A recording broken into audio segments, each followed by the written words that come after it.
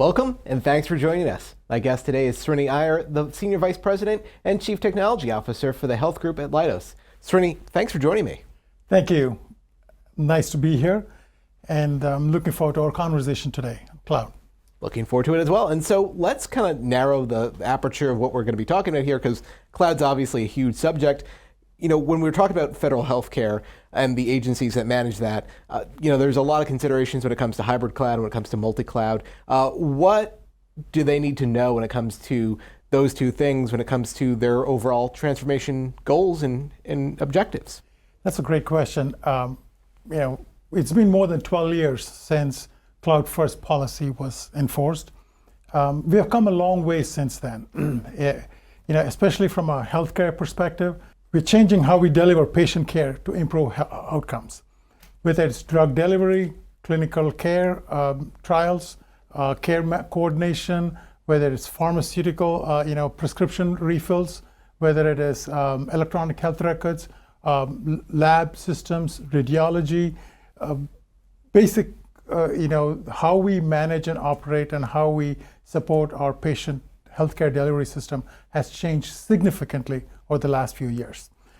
With the addition of Internet of Medical Things, which is like, infusion pumps and pacemakers and stuff like that, we are dealing with a lot of Internet of Things, devices that are connected to the internet, whether it's your Fitbit or whether it's any of your other personal, tracking devices.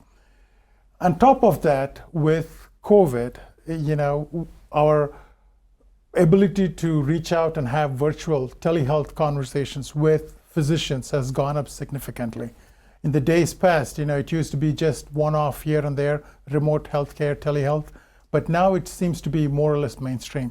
Sometimes people prefer to do that to avoid a commute going to the doctor's office. There are instances when you have to go, but in order to do that telehealth, you need to have a collaboration system, you need to have an electronic system that is fairly well developed. Also, we're seeing an increased use of artificial intelligence to analyze data. And mostly what we're looking at is how do we reduce the patient stay in hospitals to reduce patient care and costs, using medical electronic records to transfer information from one system to the other. And more importantly, I think we are looking to see how we can minimize or reduce cancellation or predict, the chances of appointments being canceled, so that you can have more people on time visiting their physicians, looking at that. One last thing that we would look to see is that, primarily from a healthcare perspective, we are looking at two primary reasons. One is reduced cost of delivery, and two is ease of use. And how do we make things easier for patients or beneficiaries to access their information, to be able to have access to their physicians or their claims management and so on. So cost reduction and ease of use are two primary reasons that I've seen the last few years. What really stands out to me from what you just said there is that obviously there's this tremendous opportunity from all of those things, the rise of IoT medical devices, the rise of telehealth that we saw from the pandemic that's sticking around present day, and this rapid rise in AI to, and again, assist in the clinicians providing that healthcare. Tremendous amount of opportunity there, but also to go back to the security side of things, really opens up that unique attack surface, that unique threat vector. And so just to manage all of that, that's a really daunting task. How do you ensure that these new emerging tools are able to succeed in all of those goals, but also manage that risk? No, that's a great question. I think from a data standpoint, we're just inundated with data, and I think there is some metrics recently that showed that healthcare data is almost 1/3 of the data that's being generated across the industry. This beats retail, finance, and all other kind of data, right? So what this means is that whether we're using earbuds to monitor temperature or socks to look at a baby's heartbeat, personal devices, or whether we are using electronic health records, right? I mean, I think the amount of data that is being generated on a daily basis is significant. And as we know, protecting data, it's very critical. I mean, I think especially when you're dealing with PII and PHI data, it becomes even more critical. And as we all know, security in the cloud environment is a shared responsibility. It's a responsibility between the cloud service provider and the user of the data. There is a demarcation because the cloud service providers provide really good, solid infrastructure up to a certain point. Beyond that, it is up to the user of the applications or the app owner to ensure that there is security all the way through. When you look at security, it is end-to-end. It's all the way from your handheld device, if you're using that to schedule an appointment, all the way through the back end to the physician's office and back, right? It just can't be in bits and pieces, and typically that's what has been happening in the days past, where you are siloed and people were looking at security in bits and pieces. But what we need to be looking at is security, encrypted data, encrypted all the way from the handset to the back end and then back to the handset, right? Because there's data being exchanged back and forth. Yeah, and just to circle back to the final word there, data, that is the lifeblood of these agencies that are doing all this important work here in the healthcare space. And, of course, everyone's data is, deserves protecting and needs it. But when we talk about that personal health information, that is imperative. I mean, that is, the first, the core principles, what they need to do. So just given, that sensitive personal health information and this, hybrid multi-cloud environment that they're operating in, how do they, manage that key imperative of that data security? That becomes very critical because I think what ends up happening is that you need to protect data that is both on-prem, which is typically what you have, and then also protect data that is on the cloud. And historically, what we have seen is that most customers that we have been working with are migrating to the cloud and also keeping their data on-prem. When you're looking at radiology or imaging data, that has to be on premises because you're looking at petabytes of data. I'll give you one example that, from a pathology, we're working this with one of the universities. One microslide of, for blood sample could be a petabyte of data. So that is a lot of data.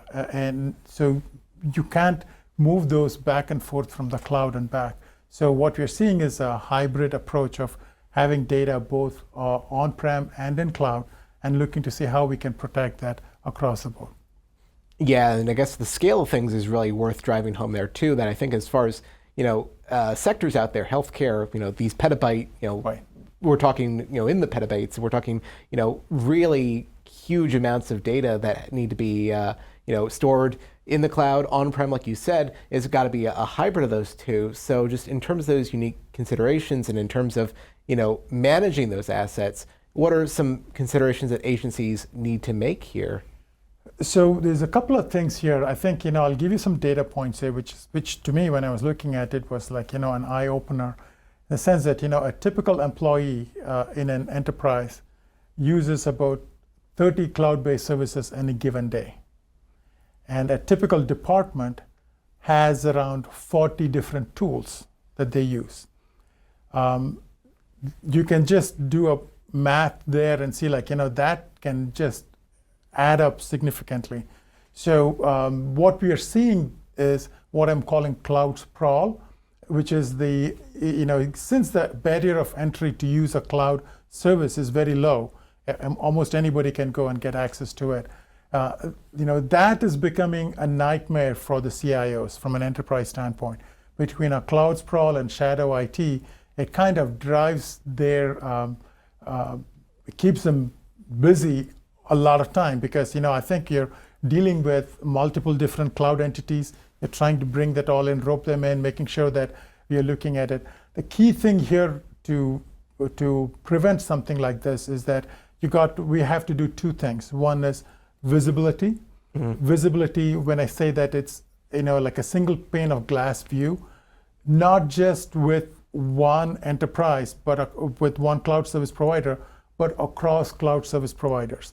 Because when you look at any cloud service provider or any cloud vendor, whether it's a software as a service or a platform as a service, they provide visibility to where that workload is. So you get that. But when your workload traverses from one CSP to another CSP, now you've lost visibility, that boundary, right? So now the handoff, it's like a relay race. You're passing the baton to somebody else, and they may not be interested in looking at that. But we need to ensure that there is visibility across multiple CSPs, and that becomes very challenging. It's not trivial. The second aspect that needs to be looked at is governance, and governance is a very big aspect of it. We need to ensure that prevent over provisioning of services or underutilization, right? I think in early days of cloud, people had some services running overnight or in the late nights or weekends, and suddenly they started seeing their bills come up that was sky high. We can avoid a lot of that with some proper governance and proactive care. So I think visibility into your assets and governance in place are very critical to do that. Yeah. To tie it all back to the security piece of things, these are threats that evolve and change, as the industry evolves and changes. And so what are some of the common threat vectors that are impacting the healthcare space right now? Some of them are fairly mainstream, but I think, these have been around for quite some time. Like, for example, hard-coded credentials, having a password in clear text, unencrypted, still happens. It's still one of the primary reasons for a lot of these data thefts, right, that happens. The key thing here is that when we do a lift and shift, when you take an application from on-prem to a cloud, sometimes in the legacy applications, your business logic and your security features are built into your application logic. And when you're lifting and shifting, you inadvertently move that to the cloud, and suddenly you're exposing that because it's in plain text. The second aspect is having a strong authentication. Strong authentication is absolutely critical, something like what I call a multi-factor authentication. I think we're all getting used to it now. You get a text or something to kind of make sure that it is you who you say you are, and so on. This becomes even more critical when you're having machine-to-machine interaction, right? I think a lot of times there's no human in the loop. You have two different services, especially in a microservices architecture, two services interacting amongst themselves. You need to ensure that the right authentications and credentials are passed so that it gives them access to it. Otherwise, you're just going to open it up significantly. Insufficient alert handling is another area where we generate a lot of alerts in the system, but we don't act on it in a fairly proactive manner. There is something called SOAR, where you're looking at security, orchestration, automation, and response. That automated response piece is very critical, especially when you're looking at it at wire speed. Things are happening. What we're seeing metric-wise, hindsight, is that typically it takes about 4 days to resolve a security issue. 4 days is a long time, especially if somebody has got access to a lot of data. It's pretty much a very bad thing. The other aspect is that we are exposing our sensitive data in storage buckets, and that we'll need to look to see how we can avoid that. Most of the big cloud security events have been because of cloud security, leaving exposed in the storage buckets. Last but not least is keeping up with vulnerabilities, right? I think patch management. It seems very basic. Anybody that has a phone knows that you get your patch updates, but sometimes people tend to avoid applying patches for many different reasons. That becomes a challenge as well, because your attackers are always looking for that vulnerability. They have to succeed once. Mm-hmm. But from a security professional standpoint, you got to be 100%. You cannot afford to even have that one incident, because that'll open up for issues. Yeah. Well, I want to emphasize that for a little bit longer, that the adversary only needs to succeed once, and the system owner has to be on top of things 100% of the time, and that those adversaries, they really are going for the path of least resistance here. Absolutely. And just given this again, this sprawl of new technology, emerging technology, and all these things that plug into the network, where do you see the current state of the attack surface for healthcare systems? Is it growing? Is it shrinking? And just what should agencies be mindful of? Well, we need to look at being proactive, right? I think the concept of shifting left is very important. Embedding security upfront in the process, whether it's developing cloud-native applications, or your CI/CD pipelines, making sure that security is baked upfront. It's not an afterthought. And then using generative AI, right? I think we've talked about AI, and it's been in the news a lot lately. Bringing generative AI, because our attackers, adversaries, are using that to their advantage. They're using it for targeted phishing attempts. I mean, you've heard a lot of incidents of faking your voice and stuff like that. It's happening more and more, and it's more difficult to prevent some of those attempts. So proactively managing attack surface using predictive analytics is very important.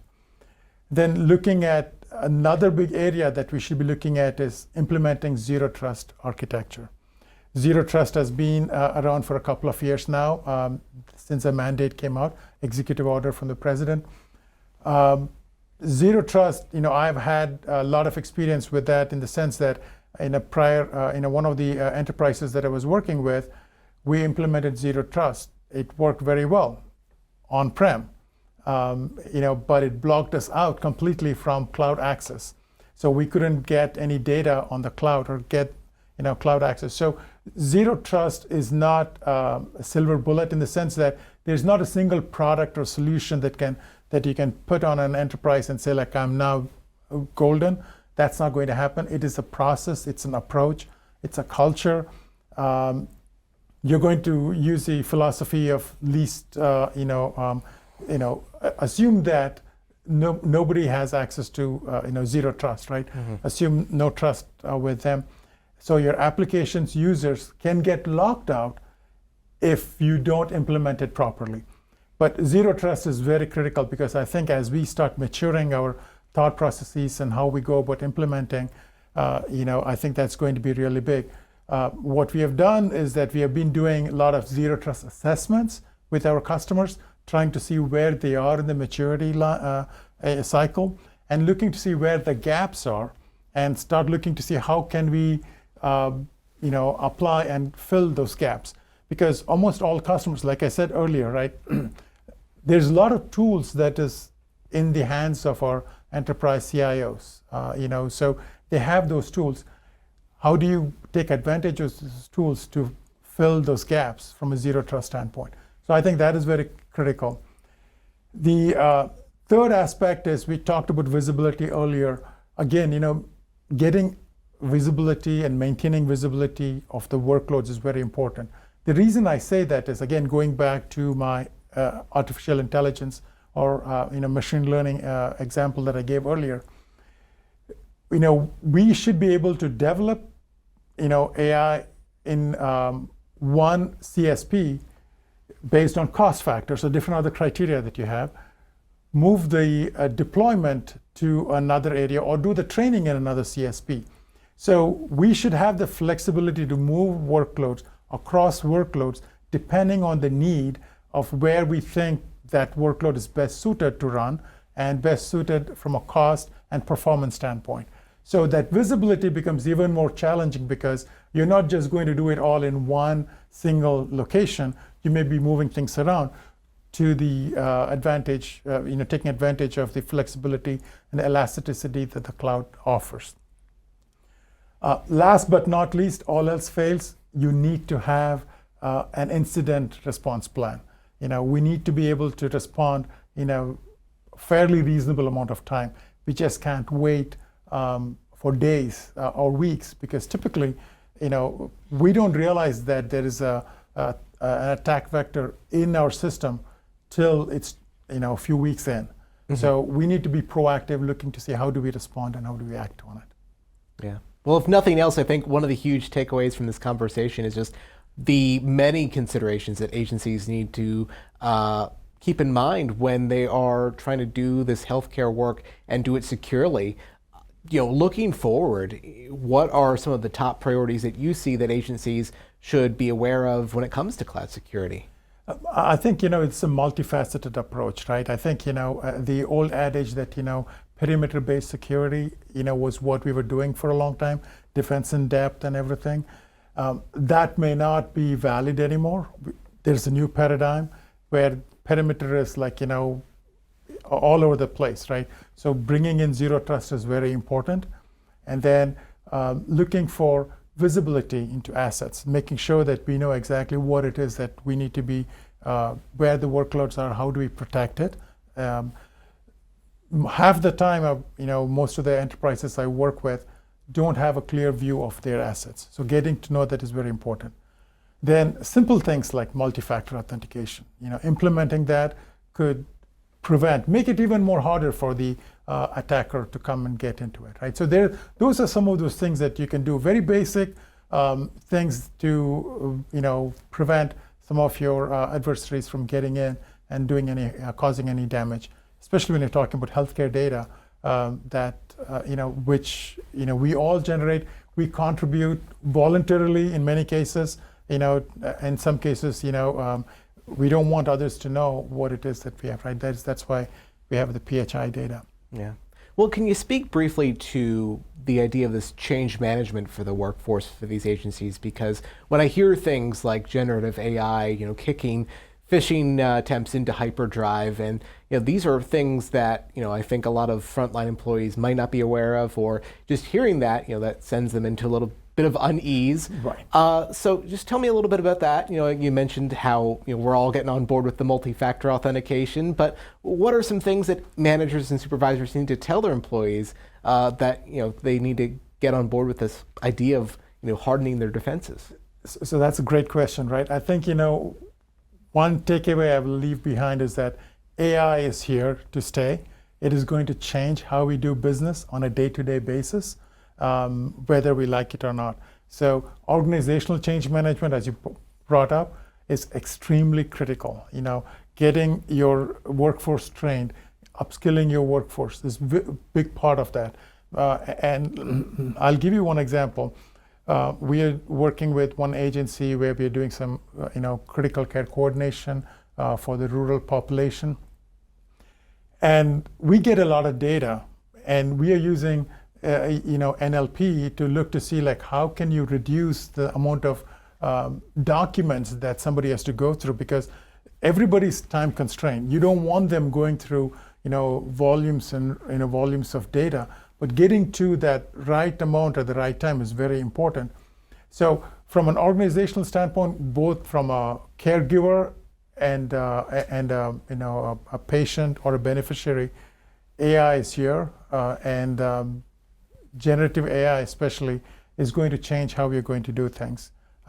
We are already using it, whether we like it or not, whether we acknowledge it or not, but it's going to be here and more, The question is like, how much do you trust that? The trust becomes a big factor of that, right? I mean, there's a lot of fake things that can happen. You need to figure out like, how do you prevent something from happening, and how do you weed out what is real and what is not?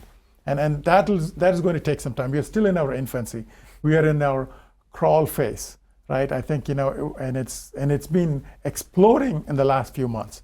So it's just going to go exponentially, like a hockey stick. It's just going to be here. So I'll leave you with that. Yeah, well, I mean, a lot that's in motion here, but I think that's the really important thing to underscore is that it's already here. It's already just going to take off from where we are currently. Yes, we are using it today. So that's a key thing, right? I mean, it's here, and we'll continue to use more of that going forward. All right. Well, I think we're going to have to leave it there. I'd like to thank today's guest, Srini Iyer, the Senior Vice President and Chief Technology Officer for the Health Group at Leidos. I'm your moderator, Jory Heckman, and you're watching Federal News Network. Now let me send you back to the studio for more on the Cloud Exchange.